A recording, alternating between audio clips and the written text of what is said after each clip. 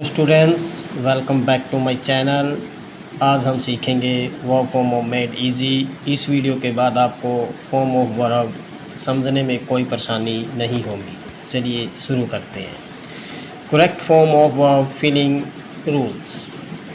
Use of first form of verb, पहली form का प्रयोग। पहली फॉर्म उन वाक्यों में लगती है जिनमें these days, every days, now A days आदि शब्द विद्यमान हो। जैसे he comes late these days, he get up early nowadays।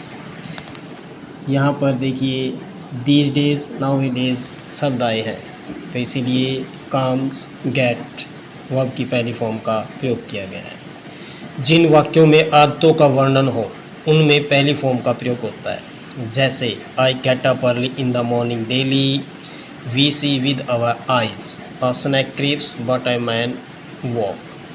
यहाँ पे भी आदतों का वर्णन है। जैसे I get up early in the morning, मैं हर रोज़ सुबह जल्दी उठता हूँ, यह एक आदत है। We see with our eyes, हम अपनी आँखों से देखते हैं, यह भी एक आदत है। A snake creeps but a man walk, snake रेंगता है परंतु इंसान चलता है, यह एक आदत है। जिन वाक्यों में सर्वमान्य सत्य अर्थात यूनिवर्सल ट्रूथ का बोध हो उनमें पहली फॉर्म का प्रयोग होगा। जैसे The sun rises in the east, the earth moves around the sun। First वाक्य में देखिए the sun rises in the east, पहले वाक्य में सूर्य पूर्व से निकलता है जो कि सर्वमान्य सत्य है।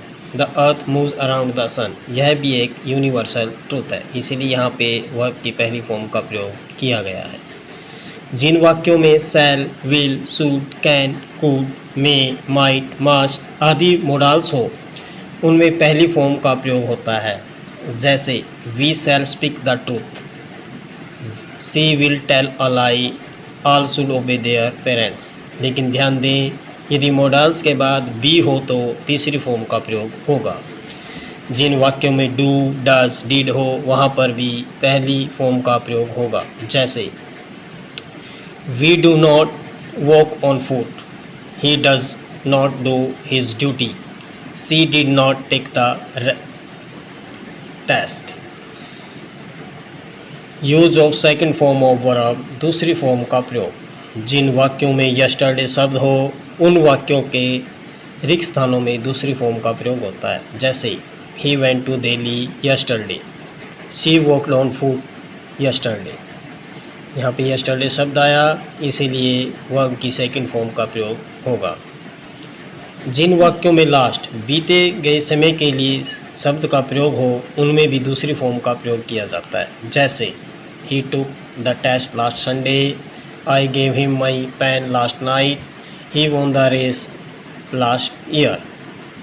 यहाँ पे लास्ट शब्द आया है, इसीलिए वर्ब की सेकंड फॉर्म का प्रयोग किया गया है। जिन वाक्यों में अगो, लॉन्ग अगो आदि शब्द हो उनमें भी दूसरी फॉर्म का प्रयोग होता है। जैसे I met him long ago, long ago there lived king in a city। जिन वाक्यों में भूतकाल में दो कामों का वर्णन हो तो बाद में होने वाले कार्य के लिए दूसरी फॉर्म का प्रयोग होता है। जैसे the patient had died before the doctor केम, यहाँ पर भूतकाल के दो कार्यों का वर्णन किया गया, बाद में होने वाला कार्य है डॉक्टर का आना, यहाँ पे इसीलिए डॉक्टर के साथ सेकंड फॉर्म का प्रयोग किया गया है। Use of third form of verb, तीसरी फॉर्म का प्रयोग। जिन वाक्यों में हैज़, हैव तथा हैड के बाद रिक्त स्थान हो उसमें तीसरी फॉर्म का प्रयोग होता है। जैसे I have done my work, the patient had died before the doctor came. जिन वाक्यों में बी फॉर्म का कोई रूप जैसे is, am, are, was, were, been, being और भावना पैसिव वॉइस में हो तो तीसरी फॉर्म का प्रयोग होता है। जैसे they were beaten by the teacher, she has been selected. यहाँ पे हमारी जो सेंस है वो पैसिव वॉइस में है, इसीलिए वर्ब की थर्ड फॉर्म का प्रयोग किया गया है। Use of first form plus में आईएनजी। जिन वाक्यों में बी का कोई रूप is, am, are, was, were, been, be, being, यहाँ पे बी की जगह बीइंग आएगा और भावना पैसिव वॉइस में ना हो तो पहली फॉर्म तथा आईएनजी का प्रयोग किया जाता है। जैसे I am writing a story, they were running a race. यहाँ पे सिंपल वाक्य है, इसीलिए वर्ब की फर्स्ट फॉर्म के साथ आईएनजी लगा दिया गया है। जिन वाक्यों में समय से पहले फॉर अथवा सिंस के साथ समय दिया हो उसमें हैज़ बीन या हैव बीन तथा पहली फॉर्म के साथ आईएनजी का प्रयोग होता है। जैसे I have been living in this house for 3 years। यहाँ पे समय से पहले फॉर है, तो इसीलिए आई हैव बीन के साथ फर्स्ट फॉर्म के साथ आईएनजी लगा दिया गया है। She has been studying in this school since 1966।